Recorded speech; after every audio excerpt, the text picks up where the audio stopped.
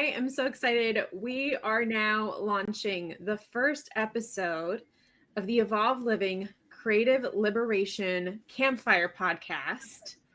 This is a side project from the Evolve Living podcast, which some of you may know me from. And that effort is where an area where I still have some of my formal hats on. And if you're coming from that area, you'll know I work professionally in my day-to-day life as an occupational therapist and do a lot of academic and formal work in the occupational science world. But as an occupational therapist and just as a human being, there's this weird paradox where as an occupational therapist, we're seeking to help people to deinstitutionalize, simultaneously being in heavily institutionalized settings. And what I truly wish for so many of my clients in the lives that I interact with is to go through this full unraveling, this birthing of authenticity that we can really therapeutically tap into and touch into. And what I find is just that's not always possible in an institutional setting. And it's something that if I'm going to truly help liberate and guide others, I feel like I need to offer that also to myself. So the Creative Liberation Campfire is a space to fully remove any of those formal titles and those formal hats. They might weave in and out at times, but this is a space to hold conversations with other beings from all over the world to really explore how we get to know each other just as authentic humans and intentionally start to unravel our attachments to institutional spaces and cycles that have us repeating cycles of trauma. So this is a space to really gather around the campfire, join together. And for those of us that are interested in doing this work intentionally, I'm going to be launching a Creative Liberation Camp as part of the Evolve Living Collective. And I've been thinking through, but for at least the first 25 people that want to apply to be part of the beta round, I'm going to offer free lifetime access for those who want to be part of building the foundations of this virtual creative liberation trauma-informed camp. And I invited my friend Kylee Anderson all the way over from Queensland, Australia, to really christen this effort. And we're joining together with a project that she's launching. It's Mystical Whispers. What is it? It's Mystical Whispers. Mystical Whispers. And Kylee and I both have really connected through wanting to connect to the raw power of a liberated voice and really confronting cycles of ancestral patterns. How do we liberate from that? We've both we both joined in learning the art of the tarot in a trauma-informed, agency-informed way with the Tarot Practice Academy, part of the High Priestess Tarot School run by Sunny Sink. Highly recommend for anybody that wants. Big part of my story is I have been in at least 13 to 18 different schools from the time I was born to graduating with my doctorate. And when I was a kid, I went to 13 different schools across 3 different states in the United States context, going from podunk little town and one-room church schoolhouses to these giant, highly competitive suburban contexts. So I had to learn how to read these institutional environments really quickly. And I was also born with nonverbal learning disability and attention deficit hyperactivity disorder, which made it so that I didn't really quite fit into those spaces. And that's a big part of why I chose to become an occupational therapist later in my life, so that I could help be in solidarity with other folks that don't fit into institutional environments very well. And I'm also finding that I still don't fit in institutional environments very well. So I'm trying to explore and create these alternative spaces. I was really seeking a platform to host conversations and dialogue with more ordinary people, more folk artists, more really getting out there in the community. And I've really loved that this effort has already helped me expand my social circle on a more of an international platform, and especially with making friends in Australia and Queensland. Which, speaking of, I have my friend Kylee Anderson here, who has also had her own dances with institutional environments that haven't always promoted health and well-being, and are turning to sort of these folk art, mystic practices, getting in touch with, in some ways, like decolonizing our relationship with the land, with metaphysical practices. Those are the kind of conversations I'm hoping to have now. Kylee, do you want to introduce yourself a little bit? We could talk about how we've met and that you're also really building a community space that has similar themes around creative liberation. Yeah, Josie. Hi, and thank you, everybody. Welcome to Josie's podcast and Mystical Whispers. So, the space we've created and the way Josie and I came about is I had a natural gift from a baby that was silenced as a child. And as I grew older, the passion became more intense and more intense. And the messages and the signals became more intense. So, when I was in a situation, I put my actual intuition to the test and I was correct. And when I got out of a situation, I did exactly what I said. I joined a study group. And you guys become some of my best friends. And to sit here today and be having this podcast with you, Josie, as your one person that did turn my life around and made me look at things in a totally different perspective than what I was looking in, I'm just grateful to be here joining you today. Wonderful. So, for some context too, and what I've noticed has been a theme for me every time I've gone through a major separation from an institutional context, in this case, so the first time I graduated with like my master's in occupational therapy, I found that while I was in school, I repressed a lot of my more intuitive, my more feminine, my more artistic and creative, because I guess when you're graded, those things weren't incentivized. They weren't really celebrated or acknowledged. There was actually sometimes in the medical model and in especially those academic spaces, there's almost sometimes some hostility towards more creative modes of learning, really undermining the intuitive arts as somehow not being valid, not being scientific enough. And a big part of my story throughout school was really repressing those parts of me. And I think that was such a harmful thing for me to do to myself, in part because when I even think back about what were my coping mechanisms as a child, when I didn't fit in, when I didn't know what was going on, I would actually turn a lot to spirituality. And my parents, they personally, they it was really important to them to separate and find their own relationship to spirituality coming off of growing up in Utah. So my ancestors settled the Timpanogos territory on Turtle Island and followed the progression with Joseph Smith and Brigham Young back in the 1850s. And I know that settler colonialism has a really big part of the Australian story. And I know that there's actually quite a few Latter-day Saints in America, Samoa, New Zealand, and in the Australian context, which I think is really interesting because it connects. I've met quite a few friends in the Australian context, and knowing that is like a shared lineage or something to process from. But I'm bringing this up that my parents, they needed to be separate from a religious identity while I was growing up. And so part of that is they told me that I was allowed, that my spiritual beliefs were my own and I could study and learn anything that I wanted, but I wasn't allowed to try to convert or make other people believe the way that I believe. That's how I was raised. And I'm really glad that they did that, because if I didn't have access to some sort of spiritual outlet, I think that my childhood would have been just so painful, because I didn't, in the spiritual context, I felt like I belonged.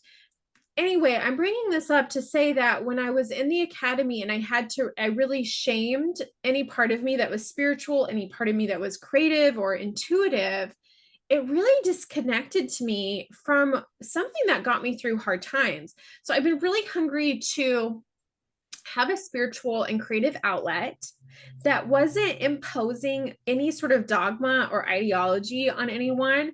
And from that, I've turned regularly to the folk art and spiritual practice, folk mysticism practicism of tarot in particular, in addition to oracle cards, because what I find so inspiring about it is that the tarot really evolves with the different artists that participate in it, and that it can evolve with every voice, and that there's no such thing as one way of doing it being right or wrong. It can really be a truly creatively liberating exercise.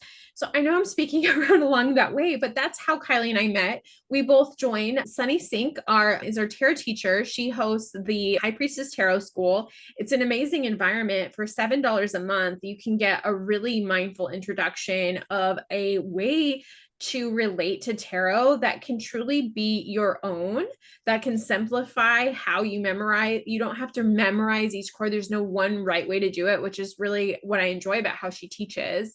And we got to meet through the Tarot Practice Academy, where you can really get your training wheels and get, a lot of us want to do it not because we're trying to make a big business out of it necessarily, but like it's a great hobby and whatnot. And now she also supports people in building spiritual businesses.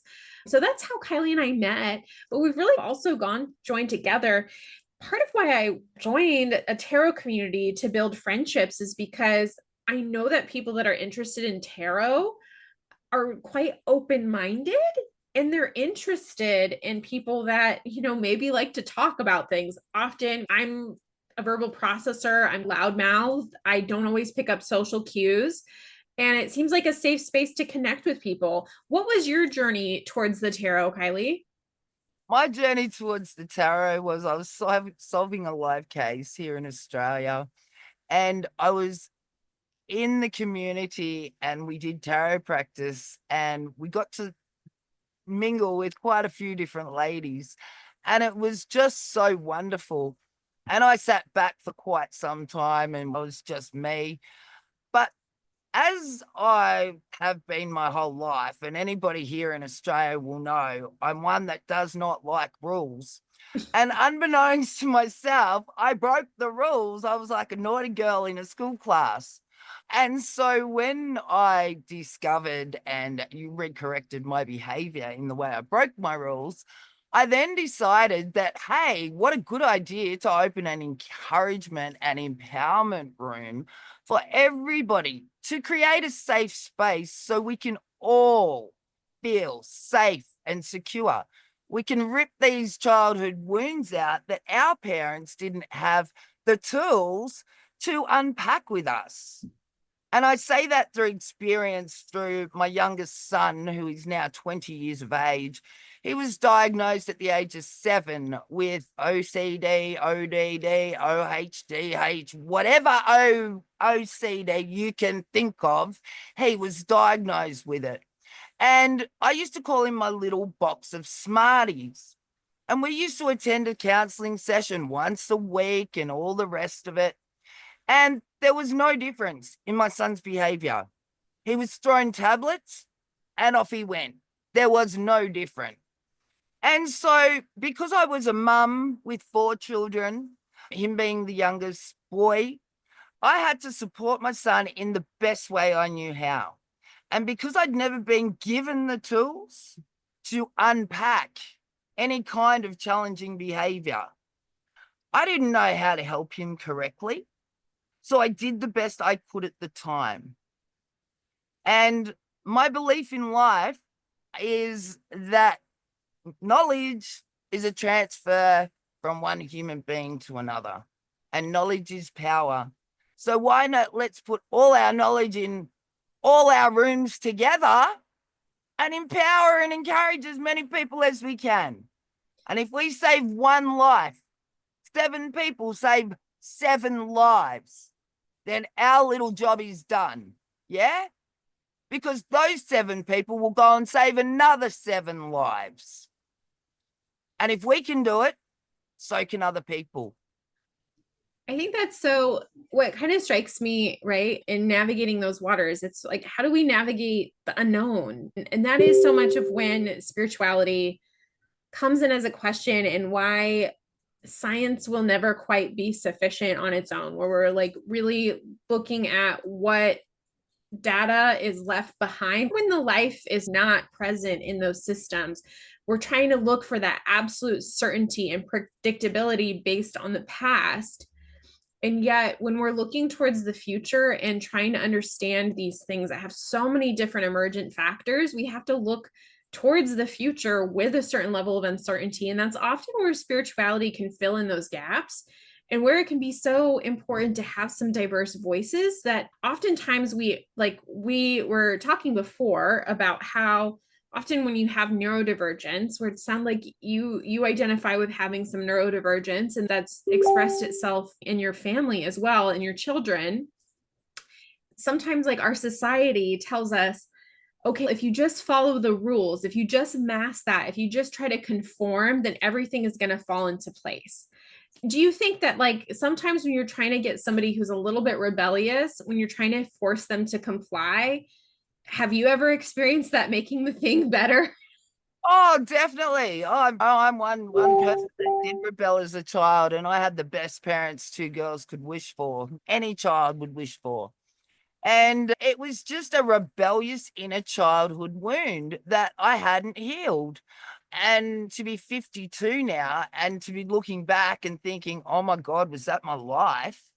All because I was scared. I was in fear. I lived in fear for 29 years. And until I faced that fear, my life never got better. And then it was communication, because if you're stuck with communication and you can't communicate with people, how are you meant to get better? How are you meant to strive out and ask for someone for help? So, yeah, I'm all for everybody empowering everybody for the best possible outcome.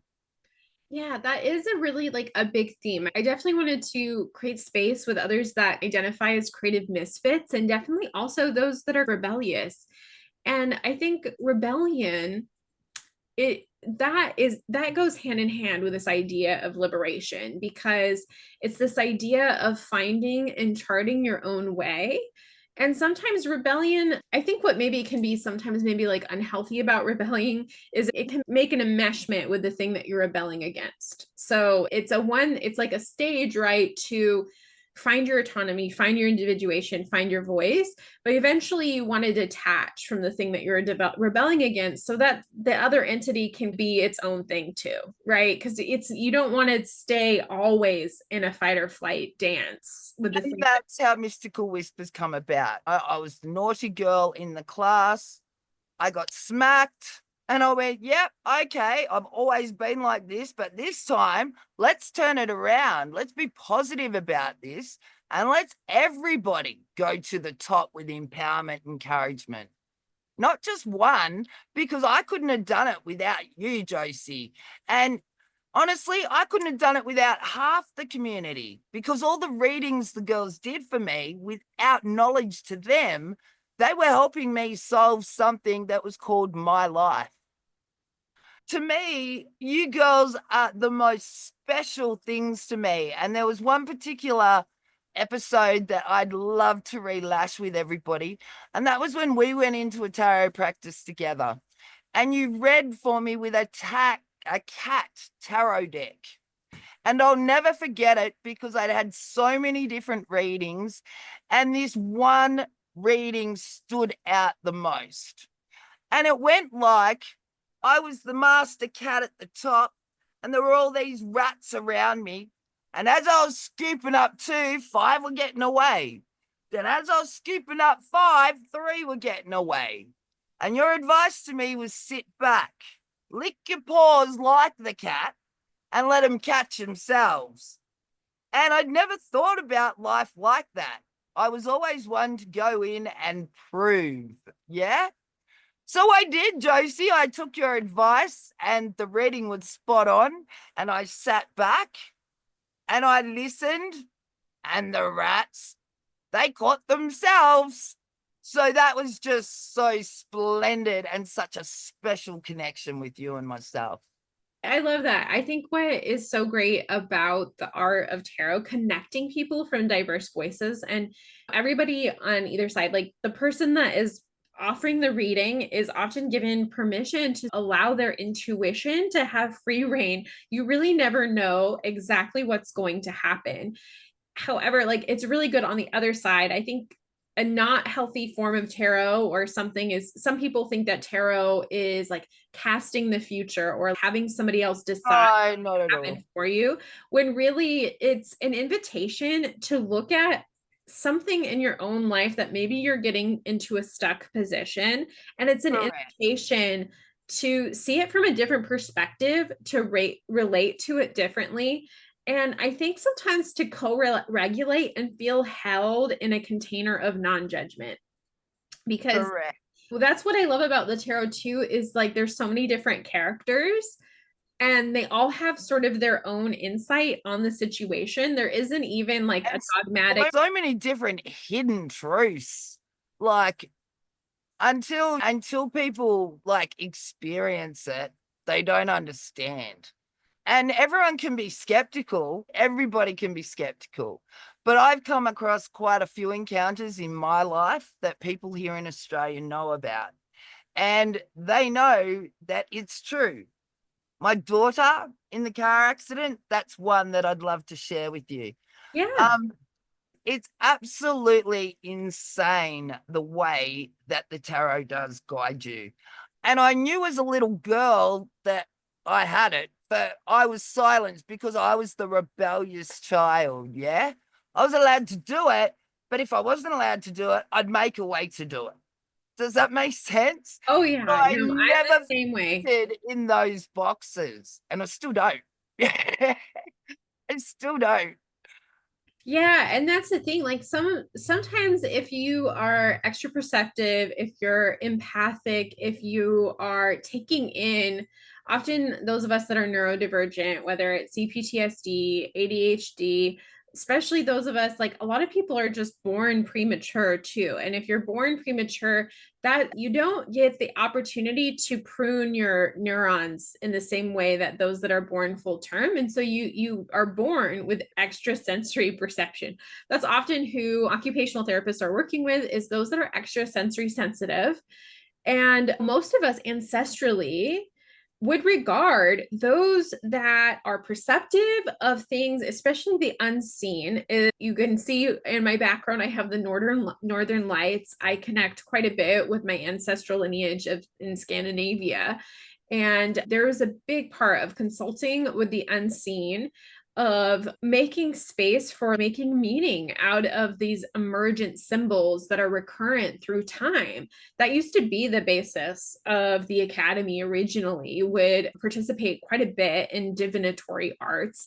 And it's meant as a way of like also being a mindful observer of patterns in your environment, making meaning of your own life.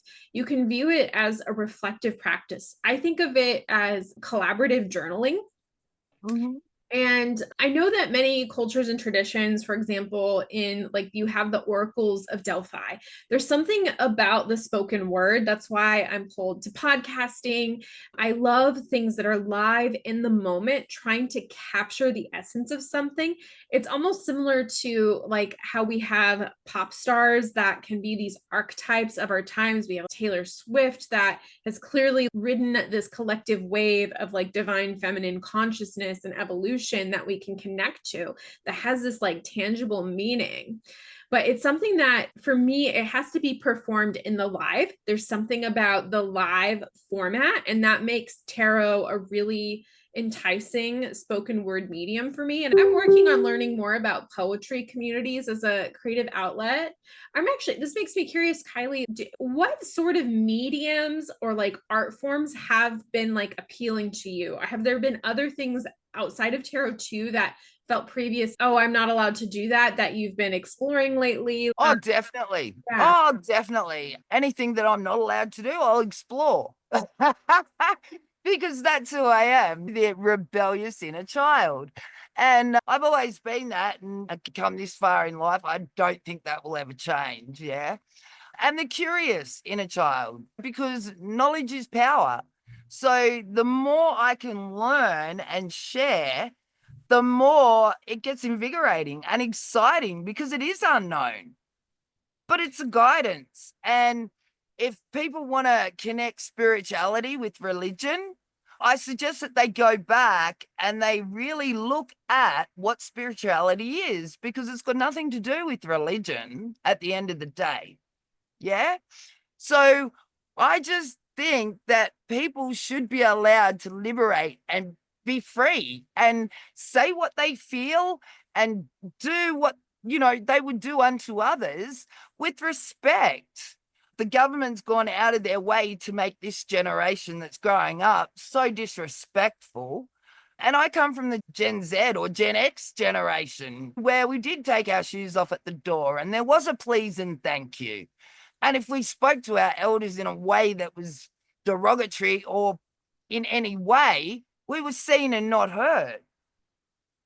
And so I think in some ways it's really good, right? If a system is unjust, we should want almost like a spiritual immune system. You want rebels against that system to open up new possibilities for balance to take place. And so in some ways, I hope that some of the elders see that as a hopeful continuum, that like we have, it has to be a hopeful continuous, Josie, because we're doing this for our children or the next generation and the generation after that.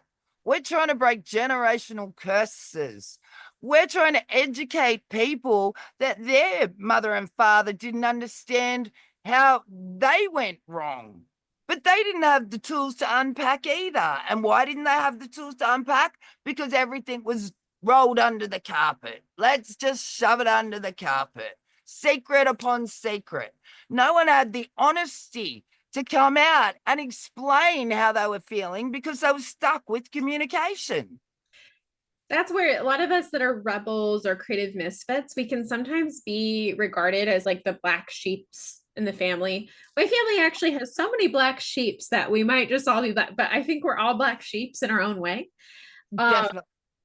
Yeah, but part of black sheeps is often they're the ones that are bringing to visibility, bringing to surface something else that just doesn't want to be looked at. Like it would be so convenient if we just kept that under the covers and look away. And yet that almost creates this block. It creates this stall and it prevents evolution and moving forward. And healing is on the other side of facing what we fear, facing where the pain is located. And so black sheep are these like amazing catalysts for collective and intergenerational healing. And that's part of why making space for creative liberation and these folk art and mysticism practices can be really creatively vital, in that it allows a safe space to also bring visibility to the unseen that we're not always enabled to consciously acknowledge. That can be a really helpful part of engaging in some of these practices, whether learning them on your own or if you want to try out getting a reading with somebody. It can be a really cathartic and therapeutic way to bring to light something that has previously been avoided. Totally agree, Josie. I totally agree. And as we know, the tarot is only a guidance. Yeah. But with you having studied it, and we have to admit that some of those spreads that we did and the readings we did relate very strongly to where we're at right now. Yeah, I think too, it's allowing that in a way. So with my nonverbal learning disability, the way that the scientific community is understanding it is that there's a difficulty with the right and left brain connecting to each other directly. So I think of it that like the driver that connects your printer to your desktop. Sometimes you have to uninstall when it doesn't connect. So I'm fully aware of that with my daughter having suffered a brain injury in the car accident. So I've done a lot of brain work with my daughter, and the brain is one of the most powerful things. So mindset is one of the most powerful things that we can look at. And mindset with energy, because everything is to do with energy. Yeah. So the way we walk, the way we look, the way that, the spirits connect with us is energy. So if you're blocked in that energy field How are we moving forward? We repeat the same cycles, the same patterns. And it doesn't matter if it's narcissistic abuse or whether it's domestic violence or whether it's grief. It all starts at the same point. Getting a chance to see it. If we're not aware of the cycle, if we can't look at it, especially in the context of community support, it can be probably nearly impossible to really do something about it. And that's what I like about, I think the tarot has been so essential for me because it's an opportunity for the right brain, which sees things in emotions, in symbols, in broader patterns, and in some different belief systems, is possibly connected to a collective unconscious. And some of the more ancestral wisdom that speaks from like the deep layers of our brain, they're like pre-verbal awareness, the parts of our bodies that know to be innately fearful of snakes or to soften when we hear birds sing. That is our right brain communicating. So I think another way to relate to the tarot is a way to really intentionally make some space for your left brain to have a conversation and connect and appreciate the wisdom of the right brain. With your daughter's brain injury, I often work with folks that have strokes or cerebral vascular accidents in my professional day job. And I always like to tell people, like, we have a right and a left brain for a reason. We would not have evolved both to be such prominent spaces on our crown. This is our crown chakra, and we have the pineal gland at the center. And sometimes it gets framed as this war, like the left brain versus the right brain, but they work in direct tandem to allow us to rock forward. So if you have an imbalance on one side or the other, you'll start to see, I think, some of those patterns not moving forward. And that's what happened to me when I was really stuck in the academy and only trained to only see things through that perspective, and where I punished myself for wanting to be creative or feminine or intuitive. It created this imbalance, not because of an injury, but just because of what I was soaking in the environment and what I was rewarded for taking in. But it made me somewhat dysfunctional once I entered the like real world. I couldn't really connect with my patients in the same way. And that's why I turned to tarot to actually build a sense of intuitive alignment. That's one of the things. So in a way, this podcast, I think, is becoming something to encourage others to, if you're finding that you're stuck or something, to explore finding these different art forms and finding community around it where it's supportive and encouraging. If that's something that you guys are interested in, I definitely think you should check out Mystic Whispers launch that's coming up pretty soon here. Next week, they're going to have their big launch. And really, a lot of the intentions around it is to create something that is supportive and encouraging of diverse voices. If you're a bold verbal processor, if you have a lot of fire in you and you're used to not fitting in, Mystic Whispers is going to be an incredible space for you. And there's going to be opportunities to engage in a variety of different folk mystic practices. Tarot is just one of the art forms that you're considering exploring in this group. Do you want to talk a little bit more about some of your interests in creating in the space? Definitely. Tarot is just one. We're looking at all different things. Like, all the girls have got all different criterias behind them, all different rewards, and what a space to come in and enjoy. And if we don't know, we'll find out the information you are looking for. So come and join us, because Josie will also be there live from America on the Mystical Whispers live. Definitely. And I'm evolving a little bit. I've actually skewed a little bit. I've had a tarot business for this past year, and big part of that was just also like a way for me to connect and get to know my community. I wanted to go to local art markets, and it was something that I could offer right away without having to build much, because once you have a deck, you have everything there with you. And I have social anxiety. So it's also very helpful to have something that contains like the conversation or a structure that's built into it. But I also wanted to really get to know, as part of my field research, getting to know diverse communities. And it really has been this magical open door where Now I go to a local drop-in art center, like less than a mile from my house every week. And I've gotten to start out. I did a beta launch of the Artist's Way in April in my Facebook group. And a big shout out to Sunny Sink as like a business coach and getting the confidence to put that out there and just the support of that community. So again, if anybody here is inspired by this conversations and wants to take a stab at learning tarot for the first time, I highly recommend the High Priestess Tarot School as a great starting point. But for me, I've now looked at my big challenge right now that I'm hoping to solve with the Creative Liberation Camp is that I know my inner child, you talk about your rebellious inner child, right? I know that my inner child inside of me is bursting at the seams of wanting to do all this artwork, mixed medium, creative flow.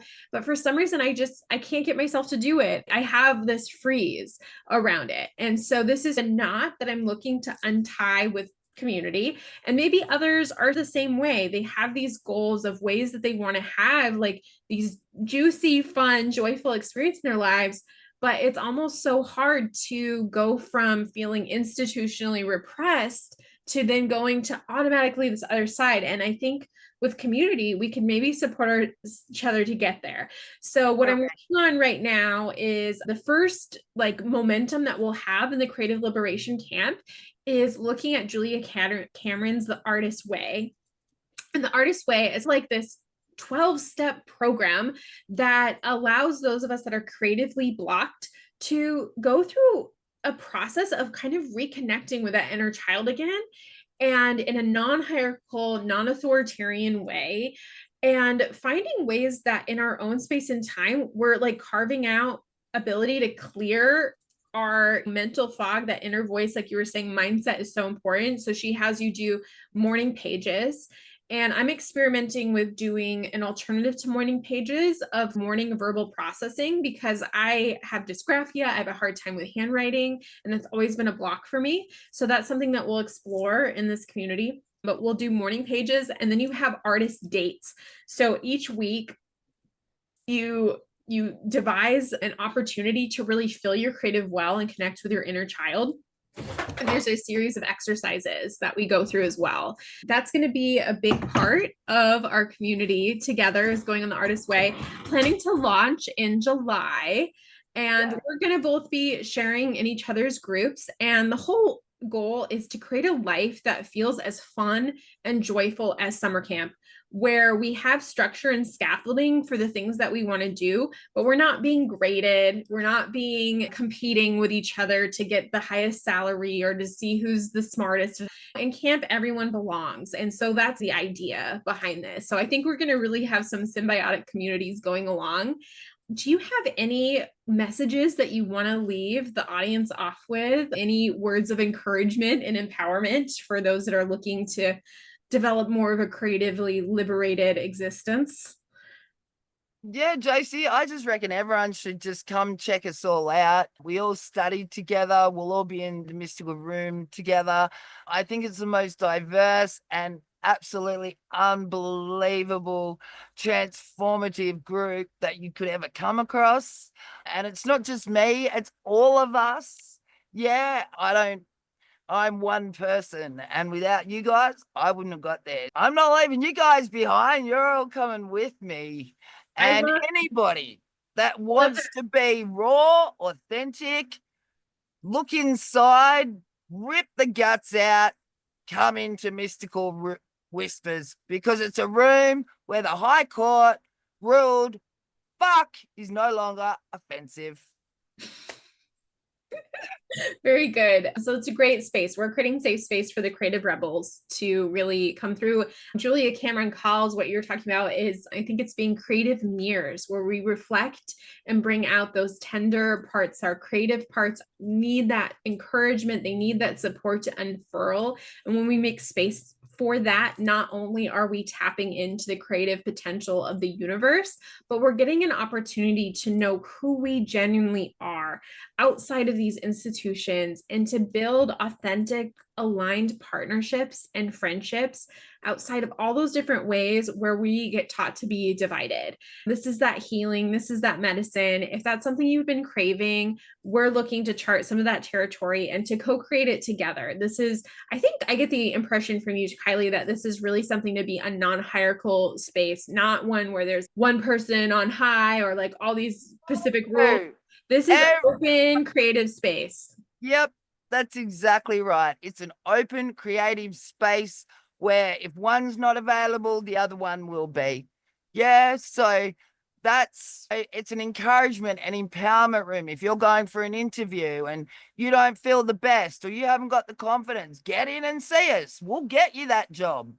Yes, I love that. And to create an optimistic mindset, that's really like when you decide to create art out of the tough parts and the dark past that we walk, there's no way you can lose. There's no way you can stay stuck. That's where like you spin gold out of the straw that life gives you.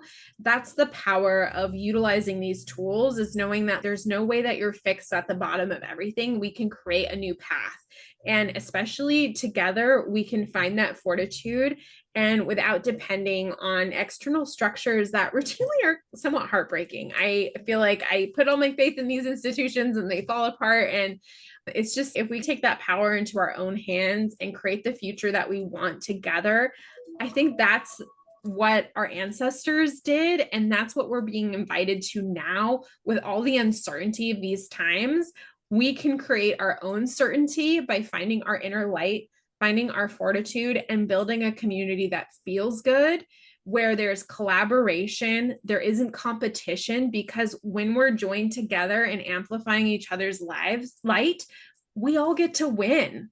And the game is just creating a life that feels laser beam of light. And that's what this world needs. Gorgeous. I think that's a wonderful place to set this off. Check in the description of the show notes. You'll get a direct link to Mystic Whispers free Facebook group. Everything that we're offering here is like free, accessible, is about igniting your art form.